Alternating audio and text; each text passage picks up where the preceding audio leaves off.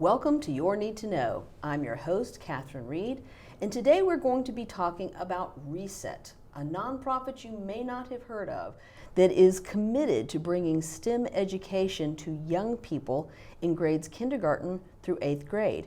Joining me is the Executive Director, Keith Osterhage, and Shaheen Khurana, who is their STEM program specialist and a volunteer. Thank you both for being here. Thank you for having us. So the reason I know about ReSET is because of Shaheen. We work on other things together, but you've been around for a very long time, and I'm surprised that I hadn't heard of the program that you do. So if you could give us some background, Keith, on how ReSET started and who the people are who've moved it forward. In 1987, Dr. Harold Charlin, who had a PhD in history from Columbia University, and I always find it interesting that a historian ends up in technology, right? I agree with you. Engineered this new nonprofit. But I think historians not only look back, but based on what they know of history, they also project and look forward. And he saw in 1987 a tremendous need going forward for society to offer STEM programs to young people, especially those facing barriers, being challenged. And so his goal was to establish an enrichment program that served Title I schools, children of poor families, children of color, and young girls, where all these traditional barriers that academics were realizing were in place that were holding some people back. So in 1988, that was before like email, wasn't it? Yes. It was before email. Yes. It was before the internet. I'm pretty sure it was before the internet. So it's kind of like he must have had a tremendous vision to have created a program that would grow with the technology as it came online. So he was a retired faculty member, so he reached out to many of his fellow retired colleagues. They obviously had an appetite for this, and they had access and entree to school systems. But as the program has evolved over years, it has been primarily by word of mouth. Teachers hear about us because we're an entirely free service to the school, and volunteers hear about us by way of our website and other means of advertising in the community. And the staff, we try and marry those volunteers and those sites who would seek us out. The other thing that has changed is we no longer simply have retirees like Dr. Charlin and his colleagues. We have people from many of the federal agencies, EPA, the U.S. Patent and Trademark Office, NIH. We have people from area companies, General Dynamics, Appian Software, and they'll often send teams, whether it's for a one-day event or to pair with a local elementary school. And I'm also finding that increasingly we're finding college students and graduate students. It's part of their experiential learning. So we have a broad gauge of volunteers who are now participating. that's amazing. And what interests me, Shaheen, is the curriculum. So the curriculum in 1988 must have been very different from what you are teaching in STEM classes today. Well, so for example, with the coding curriculum, you need computers, right? And so we provide a programming language called Scratch, and which is an MIT-developed programming language, and we use a lot of lessons that actually develop computational thinking, which is how computers and networks actually operate. And we provide this all through fun, engaging activities. So the goal is to actually spark that enthusiasm for STEM. So hands-on experiments is what we provide. So with an all-volunteer organization, I can understand deploying the people to teach the curriculum, but who in your organization, how do you acquire the curriculum that your volunteers are teaching? Well, so a lot of the STEM professionals actually come in and they bring in their own ideas. So they come in from all areas of science, from astrophysics, anthropology, aerospace engineering, and of course computer science. And so they sort of bring in their expertise, and we have a lot of curriculum that we've developed over the years through our volunteer base, and we have it on our website and provide that as guidance to sort of lower the barriers for new volunteers coming in. But the model is where the STEM professional volunteer comes in and actually brings in their own expertise into the classroom, and the experiments that they develop hopefully give them, the aspect of linking life to learning. And they also provide those real-life role models on how STEM professionals can behave and think. So. That's very interesting that you bring that up, because a lot of young children think of like firemen, I want to be a policeman, I want to be a trash collector, which is always a very popular one. But you can't imagine yourself being something if you don't know of all of the careers that are available, even to very young children.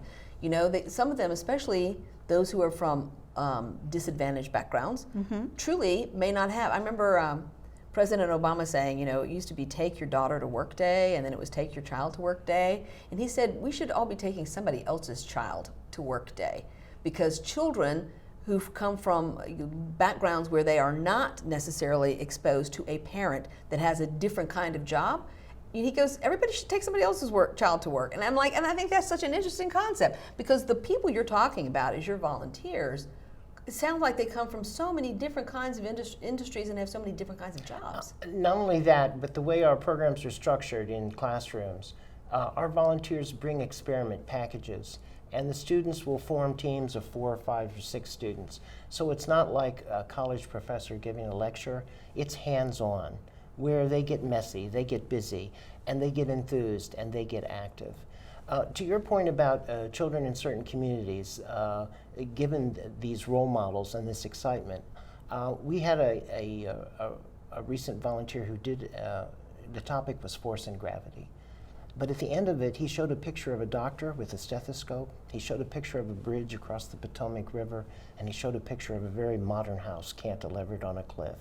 And those are all tied to force and gravity. Blood pressure, what holds the bridge up, what holds the house up, doctor, engineer, architect. And he turned to each of those students at the end of their experiment and he said, and you, and you, and you could be any of these things. And that's where our lesson really comes home, because he's teaching them a scientific principle or a concept. They're having fun doing it. They're seeing someone who comes back. Our volunteers typically come for 6 visits. And then he's pointing to a real world example and saying, you can do this. You just did it with me. See, this is so amazing. I mean, that goes beyond the actual curriculum to teach them lessons about how the world works. Right, and we also encourage volunteers to talk a little bit about their education and why they love science so much. So that sort of has an impact on, on the students itself. You should see their faces. I mean, they're really very fascinated when our volunteers go in and talk about what they do. So it's interesting. I guess we're making the assumption that all of our viewers understand that STEM means science, technology, engineering, and math. There's a lot of people who put an A in there to make STEAM, because innovation a lot of times come from very creative individuals. And this comes back to me to the idea that children have when they're growing up about things like math and how math is harder maybe than other subjects. We were talking before the show about the fact that back when I went to school, girls tended to self-select themselves out by middle school from anything that required higher math. Like, we just had this idea that it was too hard. The boys are the ones that excelled at things like chemistry and physics and, calculus. And so girls ended up on a track where they didn't even aspire to be in those classes. So by bringing this, when you're talking about curriculum delivered in kindergarten, you're actually changing the whole perception of how these subjects, engineering and math and technology, are like numbers and letters. Right. We also have expanded our programs. Our programs were originally in classroom, let's say with a 4th grade science teacher. That's our primary model. But we've expanded that to after-school programs, where programs have STEM clubs and enrichment clubs. Our volunteers come in. We have weekend and programs as well, such as Curiologie in the classroom in the Shaw neighborhood, and the many coding programs that Shaheen has launched, with groups beyond the schools, such as Girl Scouts. This summer, for the first time, ReSET joined in partnership with the Children's Defense Fund in Ward 7 and 8 and offered enrichment programs for STEM for their summer camps, their freedom schools for kids. And we are constantly getting calls from area science, STEM, and STEAM fairs to have our volunteers come and participate there as well. So it's quite busy to have all those various silos of activity. But we're talking about the Girl Scouts, because I know you do, these programs with the Girl Scouts, you do them at community centers. You're basically looking for people or organizations to collaborate with. In other words, there's already an organization around young girls. So you're basically plugging in your volunteers and your curriculum to an organization that's already focused on providing enrichment activities for young children. Right, exactly. And we're working with the Girl Scouts primarily. So, there's basically 500,000 new jobs that are going to be generated in the tech sector by 2026. Yet, women make up only 18% of computer science graduates and only 20% of the workforce. And so, if you want to make a dent in the technology gender sector, gap, right? The 1.8 million Girl Scouts that we have is a great way to start.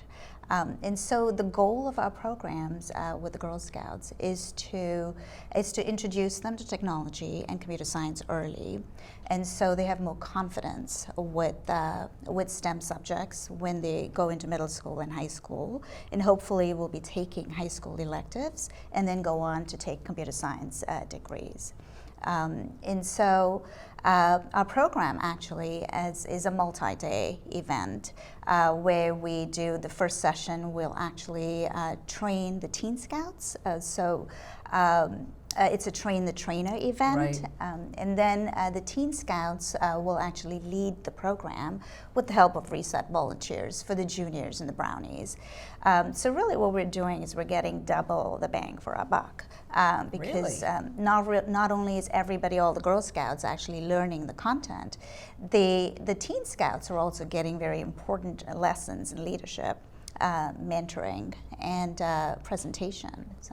So is this local to this area? I think you've scaled and expanded a little bit beyond the Washington metro We've expanded to, because some of our volunteers and board members have moved on to other areas, we've gone beyond the DC metro area on a trial basis. But the DC metro area is our home base for the program. So I would also want to point out to people, if they want to volunteer, by way of our website, click on the tab, you can volunteer. If you're a principal, a teacher, a parent, and you'd like us to be at your school, we welcome partnering with new sites. And we're even looking for people, professionals, be they in a government agency or in an area company, who might want to serve on our board.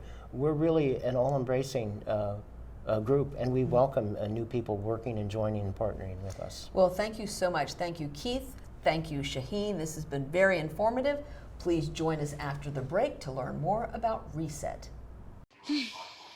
So how was work? It was 1,300 hours. My math class from 302 was in the trenches. Davy Roth had it the worst. Fractions were coming at him left and right. He just didn't get the damn things. 2 days ago, I tried to teach him what 1/4 of 1/2 was using different sizes of blocks. Yesterday, I tried again by dividing up pizza. Both missions failed. Oh no. But today, I was ready. I created a combat math game where the only way to beat the enemy is to out-fraction them. Davy conquered every last denominator. My game was so successful, the principal is deploying it to math squadrons all over the school. Anywho, how was your day? Oh, today my boss treated the office to salad wraps. Salad wraps. I know.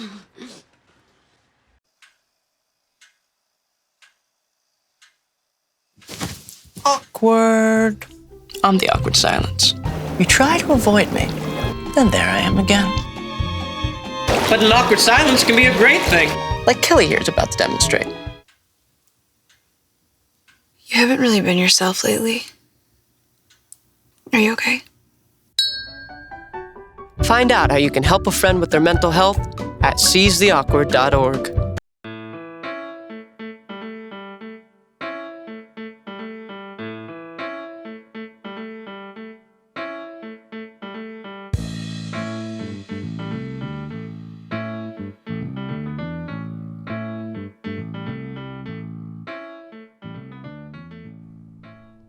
Welcome back to Your Need to Know. I'm your host, Catherine Reed, and we are talking with representatives from ReSET, a very unique nonprofit who is bringing STEM curriculum to young people around the Washington, D.C. area.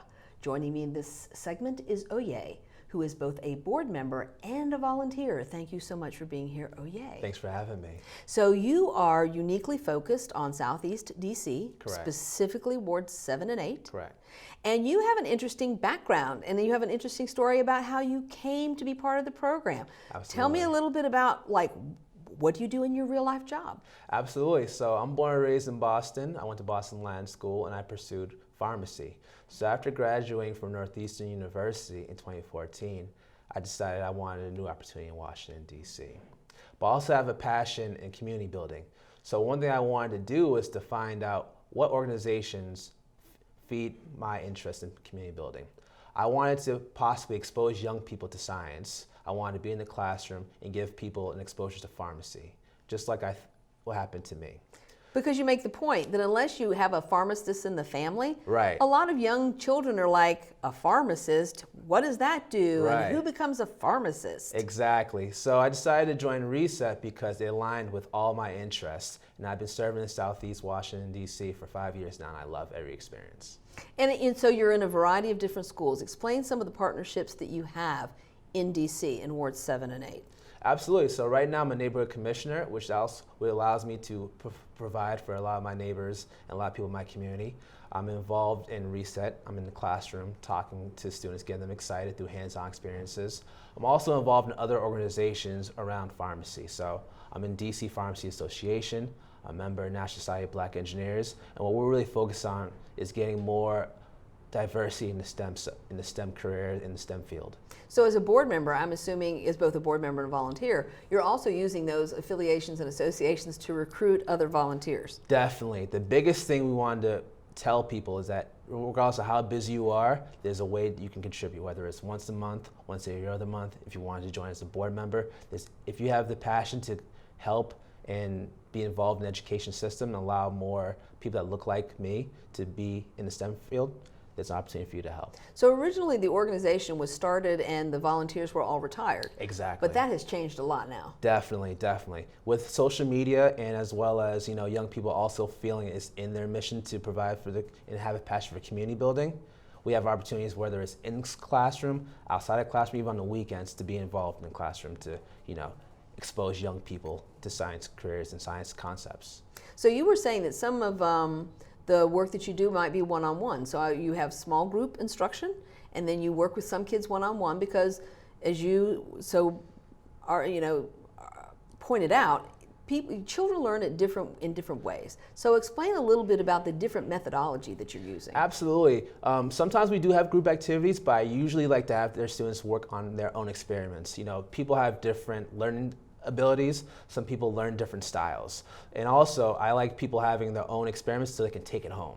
A lot of times, if a child takes home their own experiment, they get so excited, they get to show their parents, it becomes an opportunity for them to relive their experiments. And hopefully that kind of raises their enthusiasm. ReSET stands for Raising Enthusiasm for Science, Engineering, Technology. So this is the part that we're really raising that enthusiasm and excitement. And so how are you reaching the parents? I know that you said it's interesting how parents' behavior changes over a period of time when they see how Absolutely. But how are you reaching families to enroll their children? Absolutely. I've gone to plenty of PTO meetings to get parents involved in it, as well as the students just word of mouth, bringing home the experiments, reliving it. So when I was doing after-school programs, sometimes the first couple of weeks, the parent will come in and take the student out just because they had to go home. Within time, the parent will stay outside so the student doesn't see them, so they can finish their experiment.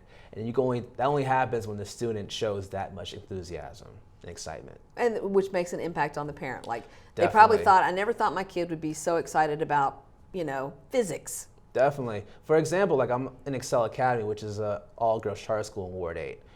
We are trying to address the gender gap in the STEM field. So when you have young girls who are oftentimes discouraged from pursuing science, really excited about it at first, second grade, it definitely makes an impact with their parents because they see that representation and they see that enthusiasm in the child's life. And don't you really feel like I do that it's important to introduce this really early. That we were talking about, these children are digital natives. They grew up, playing games on their parents' phones and the grocery cart at the grocery store. Definitely. They are capable of figuring things out quickly. And I think we underestimate their capacity to learn higher level concepts. Definitely. It's almost scary when you see how well a 2 or 3-year-old is able to use their phone, look at Google, surf through music. So you have to use that opportunity to kind of engage them, to get them excited about, possibly joining the STEM career, possibly being introduced into higher learning at an earlier age. Childhood is really shrinking in years. During my childhood, childhood ended at 13. It's going to end at 7 or 8 at this point. So we had to really focus our children's minds into STEM. So in Wards 7 and 8, how do you envision trying to expand and scale the programs that you have there? It's all about getting more, volunteers, expanding our reach, getting more people to know what ReSET DC is. Our website is resetonline.org, and just allowing people to know there is an opportunity to get involved in education. You don't have to be a teacher, you don't have to be an administrator. I feel like when the community comes as one to really impact as much as they can, whether it's 1 day a week, 1 day a month, I think that we could start seeing a higher impact in our children's learning. Well, I think that a lot of times when people do think about volunteering, they think that they can't take on another commitment. Certainly. and they think, and it's not really true, because I was explaining that Grand Involved, we put retired seniors into the schools of Title I elementary schools, right? Absolutely. And they're retired, and they're like, but I'm retired. Yeah. The fact of the matter is that when you set up a schedule, it does not have to be something that is burdensome. Certainly. It can be, but to your point, it just needs to be consistent. Certainly. And to be honest, it is a lot of work. It's tiring, especially if you want to prepare for everything. But to see that light bulb go off in a child's mind, it makes it all worth it. To see the experiment go off and all the kids yell, "Whoa!" in unison, makes it all worth it. So once you try it once, you find a way to get back in there. So that might be once a month. Volunteering for ReSET could be something like doing an event once a month at one location. Absolutely. Absolutely. I think it's a good way to bring people in to see what it's like. And so how about collaboration? So you're at the Excel Charter School. Correct. Do you collaborate with other kinds of organizations in DC? Yes, so right now, like I mentioned earlier, National Society of Black Engineers, they have a SECA program where they kind of go to, they bring a collective of students on Saturdays and teach them about science functions. There's an overlap right there. Right. I feel like we can definitely contribute. I can help them, they can help us. And we are seeking that, intercollaborative opportunity, because you don't want to recreate the wheel. You also want to gather enough organizations together to expand our reach. So you're talking about you're available to do this in public schools, private schools, charter Absolutely. schools. Anywhere. What about things like the Boys and Girls Clubs? Everywhere. Anywhere there's an opportunity to bring some students together and there's some structure there, we'll love to be there. Because Shaheen mentioned, she's doing this a lot through the Girl Scouts, because Right. the infrastructure is already there. Absolutely. And I know that there are programs. One of the things, that is a hurdle for many children is just access to the programs. Definitely. If it's not in school during school hours, a lot of them have trouble managing transportation if they stay after school or for weekend programs, unless it's someplace where they're already going to be. And that's the great thing about being free. We are a free program. We don't charge students. We don't charge organizations. What we like to do is just meet students where they're at. We cover all the experiments. We take care of everything for them. We just want the students there. We want the structure there. We want to be able to make our difference. Well, that is an important point, because a lot of other enrichment programs do have a fee structure. Exactly. When that almost immediately eliminates a lot of the most disadvantaged children. Absolutely. Absolutely. So you're saying you have program will travel. Absolutely. Exactly. Like, invite me in and I will show you what we're doing. And the most important thing is, especially when you're in elementary school, we have teachers teaching science who aren't always scientists. So a lot of times it can be burdensome and overwhelming for them. So to have an experienced STEM professional in there teaching what they love to do, it's just a bonus on top of everything. Well, it does. And on top of which, you're showing them career possibilities. Absolutely. I was talking about usually with kindergartners, it's kind of like, I want to be a policeman or a fireman or a trash man or, exactly. Or I want to be a teacher. Right. And so they're not exposed to the variety of jobs, and even the kids who are like, I want to be an astronaut. Yeah. There's so many things in the field besides getting on a spaceship that Absolutely. they just don't know that they could aspire to. In fact, I'll tell you a funny story. So every year I start off, I ask them, who here likes science? I go through each student and say, what do you like about science? Then I ask them, what do you know? Do you know what a pharmacist is? Everyone raised their hand. They say, they know what the pharmacist is. So I asked them, what's a pharmacist? They usually raise their hand. They say, you work with pigs, you work with cows. They assume we're farmers. Instead of a pharmacist, hilarious. So you scale back a little bit, you talk to them about CVS, right, and other different organizations. Then they realize, okay, that's what a pharmacist is. So it's just always funny to kind of scale back, like what do they know and how to expose them to what I do for a living. That After is hilarious that they confuse pharmacist and farmer. Exactly. So you're doing an important function, but think about the people who, create the code that sends the astronaut into space, right? Anybody who's seen the movie Hidden Figures understands there's a huge team of people. It's not just one person. It's not. And these are very smart people who know how to do very specific things. Definitely. And I'm not sure that young people, the smallest young people, really understand that there are so many. So volunteers serve a dual purpose. They're delivering the curriculum, but they're also saying, this is what I do, and this is who I work for, and this is how you can see the results of my work. And I think a lot of young people are like, but I want to, so what do you make? Right. What do you do? Right. But like I said, the first thing I always do when I go into a classroom is says, who here loves science? Not likes, loves, and everyone raises their hand. And then I go through each one of them and say, what do you like about science? What do you like about science? What do you like about science? Because I want them to reinforce that idea that I do like this. That's the first thing. That is very clever, Oye, to make them think they love it right from the get-go. And I give them white coats and goggles and gloves, so it just feeds that love. Oh, I think that's so wonderful, too. I want everybody to think about this year for Halloween, dressing your kid up like a scientist. Right. Like, yes, scientists, not just Batman and Spider-Man, but dress your kid up as a scientist, because that's just another way of reinforcing that that's a cool thing to be. And they see themselves as such. And then you take pictures of them, and their parents see them as such, and that reinforcement makes all the difference. And getting back to learning styles too, I love the fact that you recognize that in a group of children, some children are very alpha. Right. They always raise their hand, and they always know the answer, and they're always the first to step up and volunteer. Sure. But that kind of leaves behind the kids who are a little more introverted and not quite as confident. Right. So you're trying to meet that need as well. Absolutely. And what I like to do, I like to all give them name tags, so I know them by name, because it makes a big difference in terms of making a connection. And I like to call, if I see someone with their hand a little bit raised to there, I call on them, because they usually have the answer. They just are a little bit afraid to say it. And once they get a couple of right answers in, they gain their confidence as well. And so this whole thing is a confidence builder as well. Absolutely. Well, you have just enlightened me. I really appreciate you being here, Oye. Thank you. And I hope people at home will think more than once about being a volunteer for ReSET. Definitely. This is a great program. And so this at home is what you need to know about ReSET.